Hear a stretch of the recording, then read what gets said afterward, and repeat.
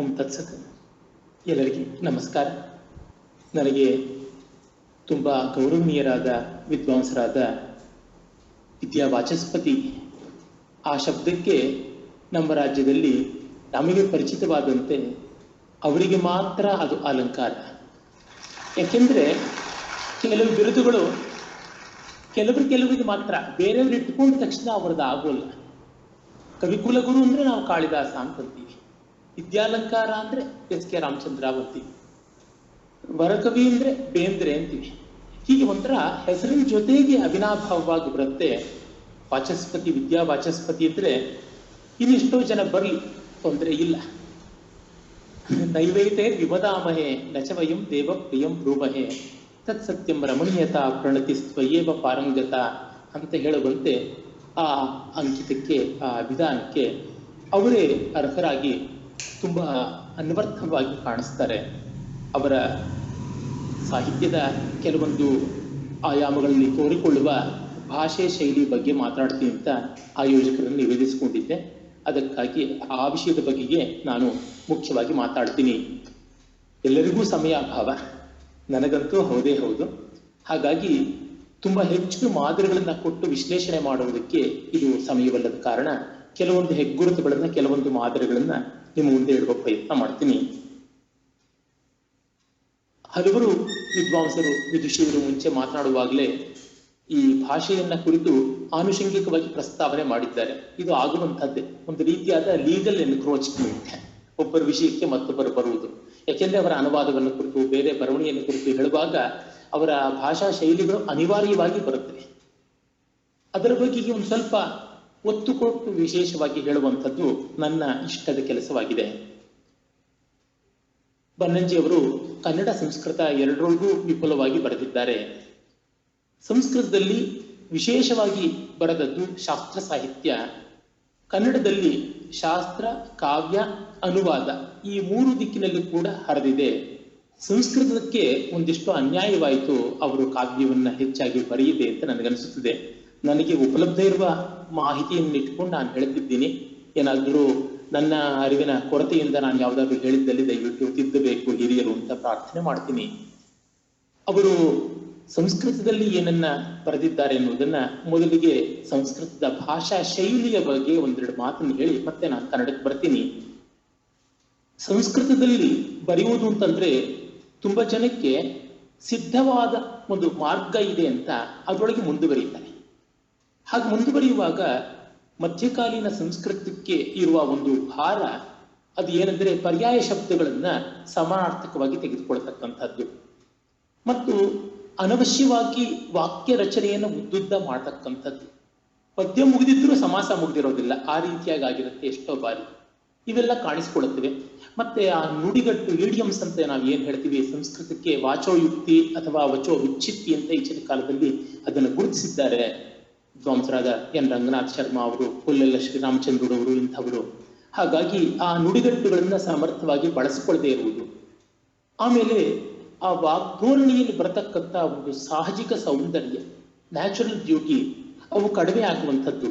ಉದಾಹರಣೆಗೆ ನಾನು ಯಾವ ವ್ಯಕ್ತಿಗಳ ಬಗ್ಗೆ ಹೇಳಿದರೂ ಯಾರು ತಪ್ಪಾಗಿ ತಿಳಿಯಬಾರದು, ಮಹಾವಿದ್ವಾಂಸರುಗಳಾಗಿರ್ತಾರೆ, ಆದರೆ ಲೋಕಾನುಭವ, ಲೋಕ ಸಂಪರ್ಕ ಮತ್ತು ಒಂದು ಭಾಷೆಯನ್ನ ಎಲ್ಲ ಸ್ತರಗಳಲ್ಲೂ ಹೇಗೆ ಸ್ಪಂದನಶೀಲವಾಗಿ ಬಳಸ್ತಾರೆ ಅನ್ನೋದು ಗಮನಿಸ್ಕೊಳ್ಳದೆ ಇರೋದ್ರಿಂದ ದೊಡ್ಡ ವಿದ್ವತ್ ಕವಿಯಾದ ವೆಂಕಟಾದ್ರಿ ತನ್ನ ಲಕ್ಷ್ಮೀ ಸಹಸ್ರದಂತ ಮಹಾ ಒಂದು ಗ್ರಂಥದಲ್ಲಿ ಅವನು ಬಳಸ್ಕೊಳ್ಳುವ ಶೈಲಿ ನೋಡಿದಾಗ ತುಂಬಾ ಪ್ರೌಢವಾದ ಶೈಲಿ ಆಗುತ್ತೆ ಹೊರತುನುವೆ ಅದು ಒಬ್ಬ ಸುಂದರ ಪಾಂಡ್ಯ ಬರೆದಂತ ನೀತಿ ದ್ವಿಶಿಷ್ಟಿಕಾದಲ್ಲಿ ಕಾಣಿಸ್ತಕ್ಕಂಥ ತುಂಬಾ ಸಹಜವಾದ ಸಂಸ್ಕೃತ ಶೈಲಿ ಆಗೋಲ್ಲ.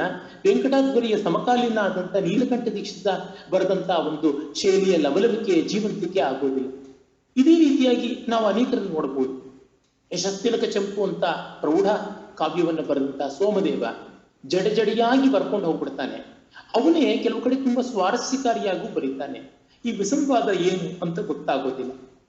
ಹೀಗೆ ಸಂಸ್ಕೃತದ ಪಾರಂಪರಿಕವಾದ ಶೈಲಿಯಲ್ಲಿ ಯಾವುದು ಭಾಸನಿಗೆ, ಶೂದ್ರಕನಿಗೆ, ಕಾಳಿದಾಸನಿಗೆ, ಅದಕ್ಕೂ ಮುನ್ನ ವ್ಯಾಸ ವಾಲ್ಮೀಕಿಗಳಿಗೆ ಮತ್ತು ಉಪನಿಷತ್ತುಗಳಲ್ಲಿ ತುಂಬಾ ಸಹಜ, ಸರಳ, ಸುಂದರವಾಗಿರ್ತಕ್ಕಂಥ ಸಂಯೋಚಿತವಾದ ಸಂದರ್ಭ ಶುದ್ಧಿ ಇರುವ ಆ ಒಂದು ವಾಕ್ಯ ರಚನೆ, ವಾಗ್ರೂಢಿಗಳು ಆಮೇಲೆ ಅಷ್ಟಾಗಿ ಕಾಣುವುದಿಲ್ಲ. ಉದಾಹರಣೆಗೆ ಶಾಕುಂತಲದ ಪದ್ಯಗಳ ಬಗ್ಗೆ ಜನ ತುಂಬಾ ಮೆಚ್ಚಿಕೊಳ್ತಾರೆ. ಶಾಕುಂತಲದ ಗದ್ಯ ತನ್ನಂತೆ ಅತ್ಯದ್ಭುತವಾದ ಕಾವ್ಯ ಆಗಿದೆ. ಅದನ್ನ ಎಷ್ಟೋ ಜನ ಸಂಸ್ಕೃತ ವಿದ್ವಾಂಸರೇ ಗಮನಿಸಿರೋದಿಲ್ಲ. ಶಾಕುಂತಲ ಮಾತ್ರವಲ್ಲ, ಬೇರೆ ಕಾಳಿದಾಸನ ಕೃತಿಗಳಾದರೂ ಅಷ್ಟೇನೆ. ಮೃಚ್ಚಿಕಟಿಕವಾಗಲಿ ಅಥವಾ ವಿಶಾಖದತ್ತನದು ಪ್ರೌಢವಾದರೂ ತುಂಬಾ ವಸ್ತುನಿಷ್ಠವಾಗಿ ಬಂದ ಆ ಭಾಷಾ ಸೌಂದರ್ಯ. ಹಾಗೆ ಶಾಸ್ತ್ರ ಗದ್ಯವಾಗಿ ಶಂಕರರ ಆ ಒಂದು ಪ್ರೌಢ ಮನೋಹರವಾದ ಪ್ರಸನ್ನ ಗಂಭೀರ ಭಾಷಾ ಶೈಲಿ ಯಾವುದು ಶಾರೀರಿಕ ಭಾಷ್ಯದಲ್ಲಿ ಉಂಟು, ಅಥವಾ ಕುಂತಕನ ವಕ್ರೋಕ್ತಿ ಜೀವಿತದಲ್ಲಿ ಬರುವಂಥದ್ದು, ಅಭಿನವ ಗುಪ್ತನ ಅಭಿನವ ಭಾರತಿನಲ್ಲಿ ಬರುವ ಶೈಲಿ ಇರ್ಬೋದು, ಶಾಬರ ಭಾಷ್ಯದಲ್ಲಿ ಯಾವ ಶಬರಮುನಿಗಳ ಭಾಷೆ ಇದೆ, ಅದೇ ರೀತಿ ಜಯತೀರ್ಥರ ನ್ಯಾಯಸುಧಾ ಗ್ರಂಥದಲ್ಲಿ ಯಾವುದಿದೆ, ಇದು ಶಾಸ್ತ್ರಕ್ಕೆ ತುಂಬಾ ಸಹಜ ಸುಂದರವಾಗಿ ಹೋಗಿಕೊಂಡಂತ ಭಾಷೆ. ಅದು ಆಕರ್ಷಕವಾಗಿರ್ತಕ್ಕಂಥದ್ದು. ಅದಲ್ಲದೆ ಈಚಿನ ಕಾಲದಲ್ಲಿ ಪ್ರಾದೇಶಿಕ ಭಾಷೆಗಳ ಪ್ರಭಾವ ಸಂಸ್ಕೃತದ ಮೇಲಾಗಿದೆ. ಸಂಸ್ಕೃತ ಹೇಗೆ ಬೇರೆ ಪ್ರಾದೇಶಿಕ ಭಾಷೆಗಳನ್ನ ಆ ರಚನೆಯನ್ನ ವಾಗ್ರೂಢಿಗಳನ್ನ ಪ್ರಭಾವಿಸಿದೆಯೋ, ಅದೇ ರೀತಿ ಕನ್ನಡ, ಹಿಂದಿ ಮೊದಲಾದ ಭಾಷೆಗಳು ಸಂಸ್ಕೃತದ ಮೇಲೆ ಪ್ರಭಾವ ಬೀರಿದೆ. ಇಲ್ಲಿಂದ ಹುಟ್ಟಿ ಬಂದವರೇ ತಾನೇ ಬರೆಯುವಾಗ ಆ ಥರದ್ದು ಬರುತ್ತೆ. ಎಲ್ಲ ಹಿನ್ನೆಲೆಯಲ್ಲಿ ನೋಡಿದಾಗ ಬನ್ನಂಜಿಯವರ ಸಂಸ್ಕೃತ ನಿಜವಾಗಿ ಸಂಸ್ಕೃತದ ಅಭಿಜಾತ ಸೌಂದರ್ಯವನ್ನು ಒಳಗೊಂಡಿರ್ತಕ್ಕಂಥದ್ದು. ಅವರ ಸಂಸ್ಕೃತ ಭಾಷೆ ಓದಿದಾಗ ತುಂಬಾ ಸುಲಭ ಅಂತಲ್ಲ, ಆದರೆ ಸಹಜವಾದದ್ದು, ಕಷ್ಟವಂತಲ್ಲ, ಇಷ್ಟವಾಗತಕ್ಕಂಥದ್ದು. ಒಂದು ರೀತಿ ನಾನು ಒಂದು ಬೇರೆ ಉದಾಹರಣೆ ಅಂತ ಕೊಡೋದಿದ್ರೆ, ನಮ್ಮ ಕಡೆಯಲ್ಲೆಲ್ಲ ಸ್ವಲ್ಪ ಮೆಂತ್ಯ ಹೆಚ್ಚು ಹಾಕಿ ದೋಸೆ ಮಾಡ್ತಾರೆ, ಅಥವಾ ಸ್ವಲ್ಪ ಮೆಣಸು ಇತ್ಯಾದಿ ಜಾಸ್ತಿ ಹಾಕಿದಂತ ಒಂದು ಪೊಂಗಲ್ ಅನ್ಬೋದು, ಅಥವಾ ಸಕ್ಕರೆ ಕಡಿಮೆ ಹಾಕಿರ್ತಕ್ಕಂಥ ಒಳ್ಳೆ ಬಿಸಿಯಾದ ಸ್ಟ್ರಾಂಗ್ ಕಾಫಿ ಅನ್ಬೋದು. ಇವುಗಳ ಒಂದು ಕಹಿಯಲ್ಲಿ, ಖಾರದಲ್ಲಿ, ಆ ಘಾಟ್ನಲ್ಲಿ ತನ್ನದೇ ಆದ ಒಂದು ಸ್ವಾರಸ್ಯ ಇರ್ತದೆ. ಅದು ಆ ಒಂದು ಖಾದ್ಯ ಪದಾರ್ಥಗಳಿಗೆ ವಿಶೇಷವಾದದ್ದು. ಆ ರೀತಿಯಾದದ್ದು ಅವರ ಸಂಸ್ಕೃತದ ಶೈಲಿ ತುಂಬಾ ಅನವದ್ಯವಾದದ್ದು. ಯಾವುದನ್ನು ಅಭಿಜಾತ ಕ್ಲಾಸಿಕಲ್ ಅಂತೀವಿ, ಆ ರೀತಿಯಾದಂಥದ್ದು. ಮತ್ತೆ ಅವರಲ್ಲಿ ಸಂಸ್ಕೃತ ಭಾಷೆಯಲ್ಲಿ ಕ್ರಿಯಾಪದ ಬಹುಲವಾಗಿರುತ್ತೆ. ಎಲ್ಲಕ್ಕೂ ಸಹ ಪಾಕಂ ಕರೋತಿ, ಸಹ ಪಠನಂ ಕರೋತಿ, ಲೇಖನಂ ಕರೋತಿ, ಈ ರೀತಿಯಾಗಿ ಎಲ್ಲಕ್ಕೂ ಕರೋತಿ. ಅವನು ಬರವಣಿಗೆಯನ್ನು ಮಾಡುತ್ತಾನೆ, ಅಡುಗೆಯನ್ನು ಮಾಡುತ್ತಾನೆ. ಕನ್ನಡದಲ್ಲಿ ಮಾಡುತ್ತಾನೆ ತುಂಬಾ ಕಡೆ ಹೆಚ್ಚು ಬಳಸೋದುಂಟು, ಆದರೆ ಅಡುತ್ತಾನೆ, ಅಟ್ಟುತ್ತಾನೆ ಅಂತ ಅಡಿಗೆಗೆ ಹೇಳ್ಬೋದು, ಬರೆಯುತ್ತಾನೆ ಅಂತ ಹೇಳ್ಬೋದು, ಓಡುತ್ತಾನೆ ಅಂತ ಹೇಳಿದಂತೆ ಓಡುವುದನ್ನು ಮಾಡುತ್ತಾನೆ ಅಂತ ಯಾರು ಹೇಳೋಲ್ಲ. ಆ ಮಟ್ಟಕ್ಕೆ ಈ ಮಾಡುವುದು, ಕರೋತಿ, ಈ ರೀತಿಯಾದಂತಹ ಸಾಮಾನ್ಯ ಕ್ರಿಯಾಪದವನ್ನು ಇಟ್ಕೊಂಡು ಸರಳ ಸಂಸ್ಕೃತ ಮಾಡ್ತಾರೆ. ತಪ್ಪು ಅಂತಲ್ಲ, ಆದರೆ ಒಂದು ಭಾಷೆಯ ಸೌಂದರ್ಯ ಅಂತ ನೋಡಿದಾಗ ಕ್ರಿಯಾಪದ ಬಹುಲವಾಗಿ ಬರುವಂಥದ್ದು. ಮತ್ತು ಸಂಸ್ಕೃತದಲ್ಲಿ ಒಂದೊಂದು ಧಾತುವು ಎಷ್ಟೆಷ್ಟು ರೂಪ ಪಡ್ಕೊಳ್ಳುತ್ತದೆ. ಸುಮಾರು 150 ಬಗೆಯ ಕೃದಂತ ರೂಪಗಳು ಬರೋಕ್ಕೆ ಸಾಧ್ಯ. ಅಂದ್ರೆ ಅಷ್ಟೆಲ್ಲ ಕೃದಂತ ಸೌಂದರ್ಯವನ್ನ, ಅದೇ ರೀತಿಯಾಗಿ ಬೇರೆ ಬೇರೆ ತಿಂಗಂತ ನಾಮಪದ ಕ್ರಿಯಾಪದಗಳ ಸೌಂದರ್ಯವನ್ನ, ಪರ್ಯಾಯ ಪದಗಳ ಸಾರ್ಥಕ್ಯವನ್ನ, ಆ ಶೇಡ್ಸ್ ಆಫ್ ಡಿಫರೆನ್ಸಸ್ ಯಾವುದುಂಟು.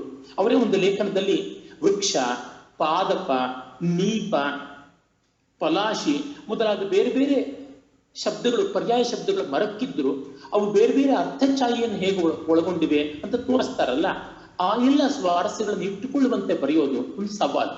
ಅಷ್ಟು ಬರೆದರೂ ಅದು ಜಡವಾಗೋದಿಲ್ಲ. ಅದನ್ನ ನಾನು ಹಲವು ಕಡೆ ನೋಡಿದ್ದೀನಿ. ಅವರು ತಮ್ಮ ಪದ್ಯಗಳ ಕಾವ್ಯಗಳನ್ನು ಯಾವುದನ್ನಾದ್ರೂ ಆ ದಾರಿಯಲ್ಲಿ ಬರೆದಿದ್ರೆ ತುಂಬಾ ತುಂಬಾ ಚೆನ್ನಾಗಿರ್ತಿತ್ತು. ಅವರ ಬಿಡಿ ಪದ್ಯಗಳು ಮಾತ್ರ ನೋಡಿದ್ದೀನಿ. ಅವರ ಪದ್ಯ ಶೈಲಿಗಿಂತ ನನಗೆ ಸಂಸ್ಕೃತದ ಗದ್ಯ ಶೈಲಿ ತುಂಬಾ ಆದರ್ಶವಾದದ್ದು ಅನ್ಸುತ್ತೆ. ಈಚೆಗೆ ಅವರ ತಂದೆ ಯಾರು ವಿದ್ವಾಂಸರಿದ್ದರು, ತರ್ಕ ಕೇಸರಿ ಪಡಮುನ್ನೂರು ನಾರಾಯಣಾಚಾರ್ಯರು, ಅವರ ಬಗೆಗೆ ಬರೆದ ಒಂದು ಪುಸ್ತಕದ ಕೆಲವು ವಾಕ್ಯ ಓದಿದ್ರೆ ಗೊತ್ತಾಗುತ್ತದೆ. ಎಲ್ಲಿ ಬೇಕಾದ್ರೂ ತೆಗೆದು ಓದ್ಬೋದು. ನಾನು ಮೊನ್ನೆಯಿಂದ ಯಾವ ವಾಕ್ಯಗಳ ಮೇಲೆ ತೆಗೆದು ಆರಿಸೋಣ ಅಂದ್ರೆ ಇಡೀ ಪುಸ್ತಕ ಓದೋಣ ಅಂತ ಅನ್ಸುತ್ತೆ. ಆ ರೀತಿಯಾಗಿ ಉಂಟು. ಸುಮ್ಮನೆ ಒಂದು ಸಣ್ಣ ಖಂಡಿಕೆಯನ್ನು ಓದಿ ಹೇಳ್ತೀನಿ.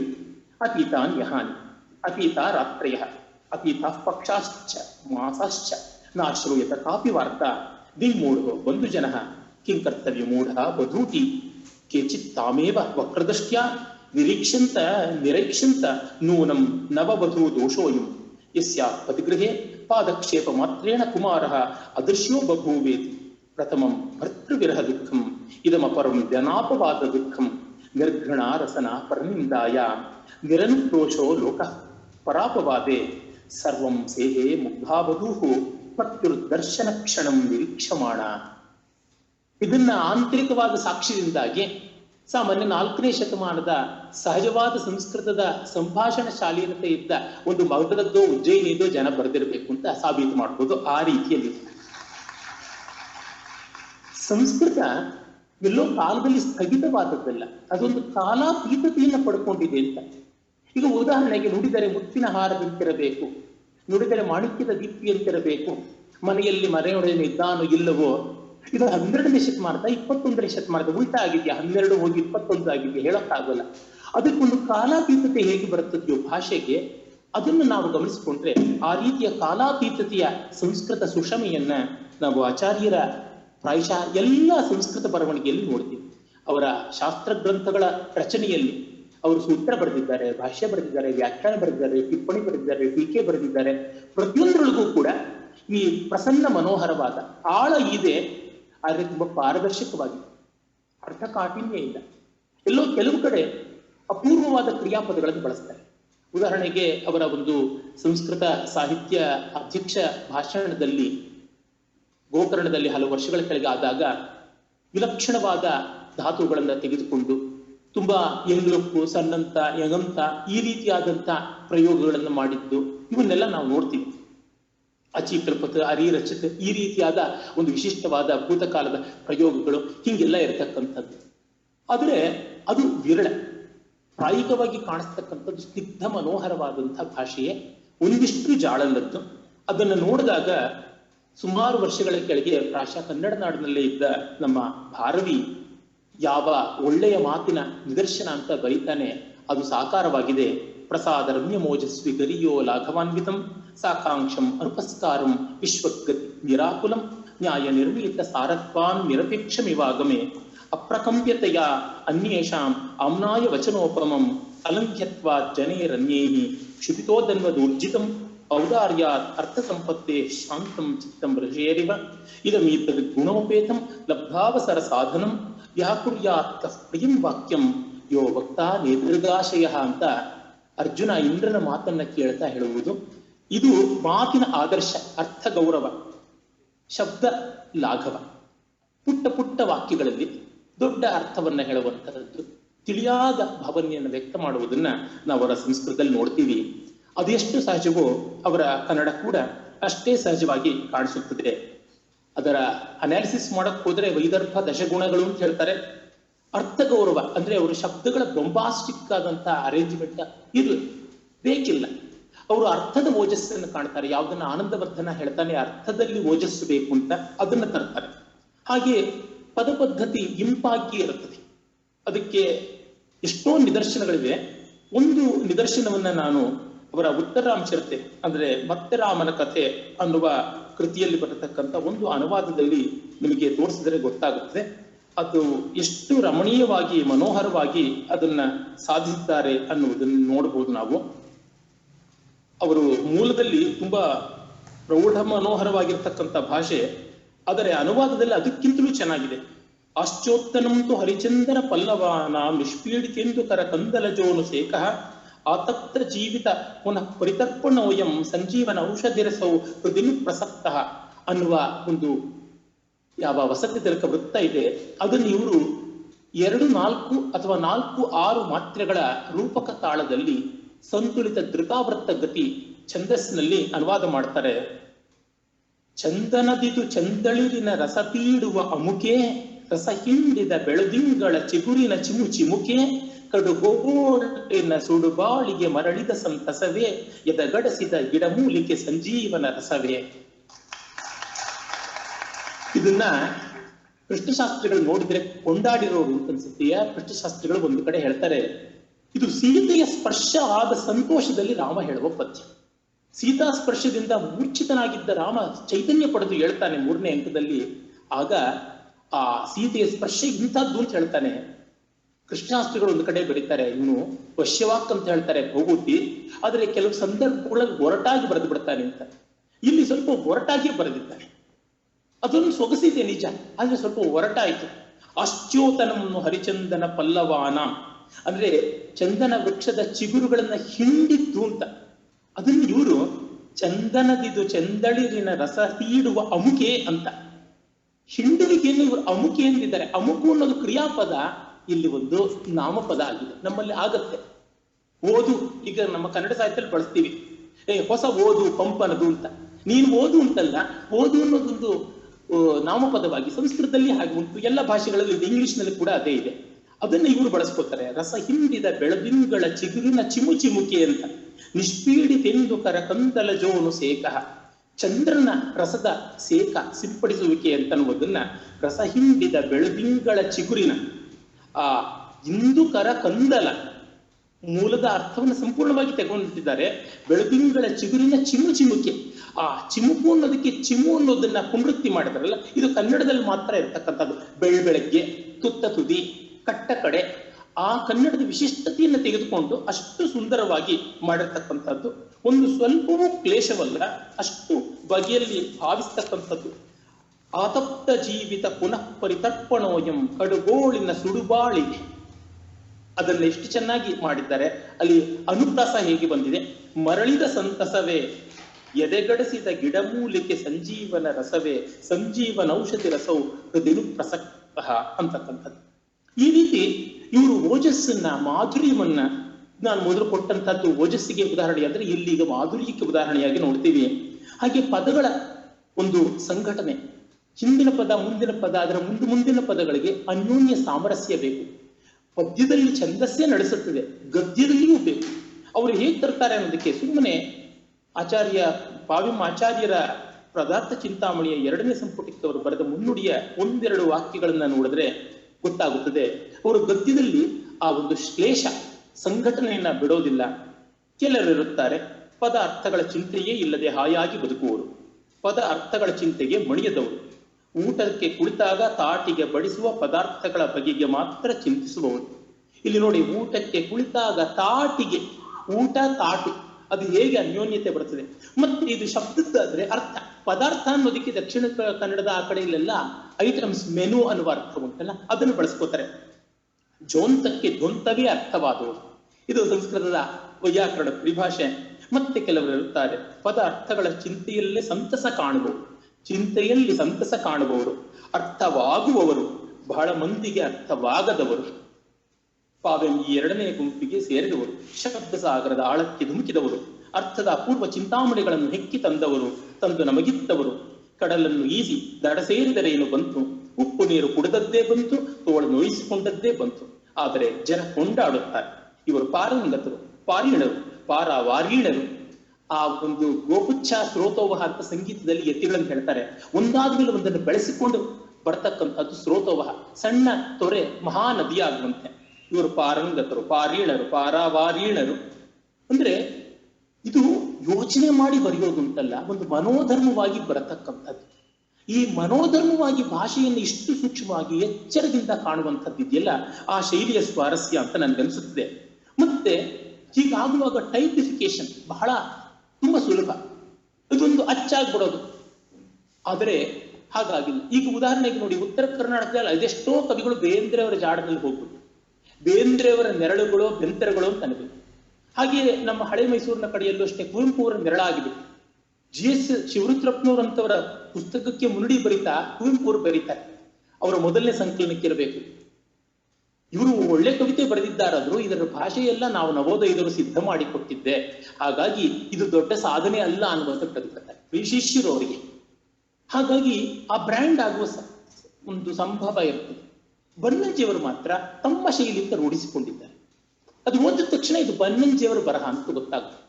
ಕನ್ನಡದ ಗದ್ಯದಲ್ಲಿ ಆತರ ತುಂಬಾ ಜನ ಇಲ್ಲ. ಈಗ ಭೈರಪ್ಪನವ್ರು ಓದಿದ್ರೆ ಯಾರಿಗೂ ಗೊತ್ತಾಗುತ್ತದೆ, ಇದು ಭೈರಪ್ಪನವ್ರ ಶೈಲಿ, ಇದು ಕುವೆಂಪು ಶೈಲಿ, ಇದು ಅಡಿಗರ ಶೈಲಿ, ಗೋವಿಂದ ಪೈಕಳ ಶೈಲಿ, ಸೇಡಿಯಾಪ ಕೃಷ್ಣ ಭಟ್ರ ಶೈಲಿ, ಇದು ಕುವೆಂಪು ಅವರ ಶೈಲಿ. ಹೀಗೆ ಒಂದೊಂದು ಶೈಲಿ ಒಂದೊಂದು ಗೊತ್ತಾಗುತ್ತದೆ.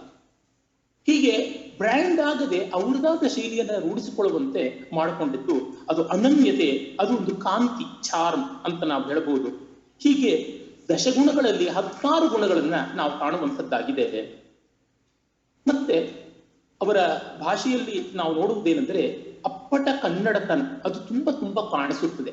ಆದರೆ ಆ ಕನ್ನಡತನ ಅಂಡಯ್ಯನ ಮೊಂಡತನವೂ ಅಲ್ಲ. ಈಚೆಗೆ ಒಂದಿಷ್ಟು ಪಥಭ್ರಾಂತರದ್ದು ಶುರು ಆಗಿತ್ತು.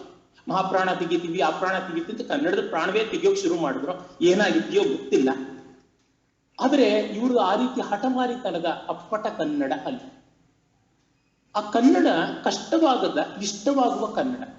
ಅವ್ರಿಗೆ ಯಾವುದನ್ನು ಬಿಟ್ಟಿಲ್ಲ, ಯಾವುದನ್ನು ತೆಗೆದಿಟ್ಟಿಲ್ಲ. ಹೀಗಿರ್ತಕ್ಕಂಥ ಒಂದು ಅಚ್ಚುಕಟ್ಟಾದ ಕನ್ನಡವನ್ನು ತಂದುಕೊಟ್ಟಿದ್ದಾರೆ. ಕೆಲವೊಮ್ಮೆ ತುಳು ಮೂಲದ ಪದಗಳನ್ನು ಕೊಡ್ತಾರೆ. ಉದಾಹರಣೆಗೆ ಅವರು ಅಗ್ನಿಮಿತ್ರನ ಒಲಿದ ಮಾಲವಿಕೆ ಅನ್ನೋದ್ರೊಳಗೆ ಮೋಕೆಯ ಹೆಂಡತಿ ಅಂತ, ಮೋಕೆ ಅನ್ನೋದು ತುಳು ಪದ, ಅದು ಮೋಹದ ಅಂತಕ್ಕಂಥದ್ದು. ಸೊನೆಗಾರ, ಉಸಾಬರಿ, ಗುಗ್ಗು, ಸಿಂಡರಿಸು, ಜಿದ್ದು, ಈಳೆ, ಇಸ್ಸಿ, ಈ ರೀತಿಯಾದ ಅಪ್ಪಟ ನಿತ್ಯವಾರ್ತೆಯ ಕನ್ನಡವನ್ನು ಬೇಕಾದಷ್ಟು ಬಳಸ್ತಾರೆ. ಮಾಲು ಮೊದಲಾದ ಪದಗಳನ್ನು ಬಳಸ್ತಾರೆ. ಈ ಪೊಟ್ಟು ಮೋಡ ಇವೆಲ್ಲ ದಕ್ಷಿಣ ಕನ್ನಡದಲ್ಲಿ ಇರ್ತಕ್ಕಂಥದ್ದು. ಹಾಗೆ ಇಡಿಯಮ್ಸ್ ಕೂಡ ಬಳಸ್ತಾರೆ. ಈ ಯಾವುದೇ ರೀತಿ ಧಾರಣಿ ಕಂಡುಕೊಂಡ್ಲು ಮಾಲವಿಕೆನ ಅಂತಾರೆ ಸರ್ಪಗಾವಲಿಟ್ಟಿದ್ಲು ಅಂತ ಬರೀತಾರೆ. ಸರ್ಪಗಾವಲು ನಮ್ಮಲ್ಲಿ ಹೆಚ್ಚು ಆಡು ಮಾತಲ್ಲಿ ಇರತಕ್ಕಂಥದ್ದು. ಹೀಗೆ ಬೇಕಾದಷ್ಟು ಬಗೆಯಲ್ಲಿ ನೋಡಿದಾಗ ಕನ್ನಡದ ಕಸುವನ್ನು ಬಳಸಿಕೊಳ್ಳೋದಾಗಿದೆ.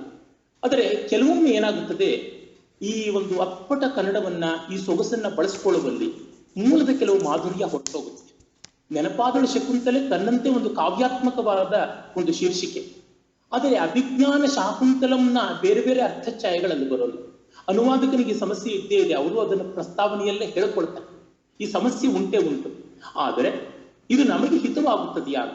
ನಾನು ಕಂಡಂತೆ ಅವರ ಅನುವಾದದಲ್ಲಿ ಅವೇ ಮಣ್ಣಿನ ಆಟದ ಬಂಡಿಯ ಒಂದು ಪದ್ಯಗಳ ಅನುವಾದಕ್ಕಿಂತಲೂ ಶಾಕುಂತಲ ಮತ್ತು ಉತ್ತರಾಂಚರದಲ್ಲಿ ಇನ್ನೂ ತುಂಬಾ ಚೆನ್ನಾಗಿದೆ. ಅದಕ್ಕೆ ಅವರು ಹೇಳಿಕೊಂಡು ಇದ್ದಾರೆ, ಇದು ಕಾರಂತರಿಗೋಸ್ಕರವಾಗಿ ಮಾಡಿಕೊಡಬೇಕಾಯಿತು ಅಂತನ್ನುವಂಥದ್ದು. ಹೀಗೆ ಅವರ ಮಾತಿನ ರೀತಿಗಳ ಬಗ್ಗೆ ವಿಶೇಷವಾದ ಅಧ್ಯಯನ ಮಾಡಬೇಕು. ಅವರ ಕಾದಂಬರಿಯ ಬಗ್ಗೆ ಅಕ್ಷರ ಅವರ ಒಂದು ಮಾತು ಹೇಳಿದ್ರು.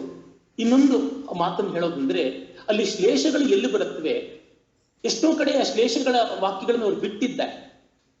ಅದನ್ನು ಬಿಟ್ಟು ಕನ್ನಡಕ್ಕೆ ಒದಗಿ ಬರತಕ್ಕಂಥದ್ದನ್ನು ಮಾತ್ರ ಅನುವಾದ ಮಾಡಿಕೊಂಡಿದ್ದಾರೆ. ಅಂದ್ರೆ ಸೆಲೆಕ್ಟಿವ್ ಆಗಿ ಬಾಣಭಟ್ಟನ ಶ್ಲೇಷೆಯನ್ನು ಬಳಸಿಕೊಂಡಿದ್ದಾರೆ. ಹಾಗಾಗಿ ಅದು ಪೂರ್ಣ ಅನುವಾದ ಅಲ್ಲ, ಸಂಗ್ರಹ ಅನುವಾದ. ಮತ್ತೆ ಅನುವಾದವಂತೂ ಅಲ್ಲ.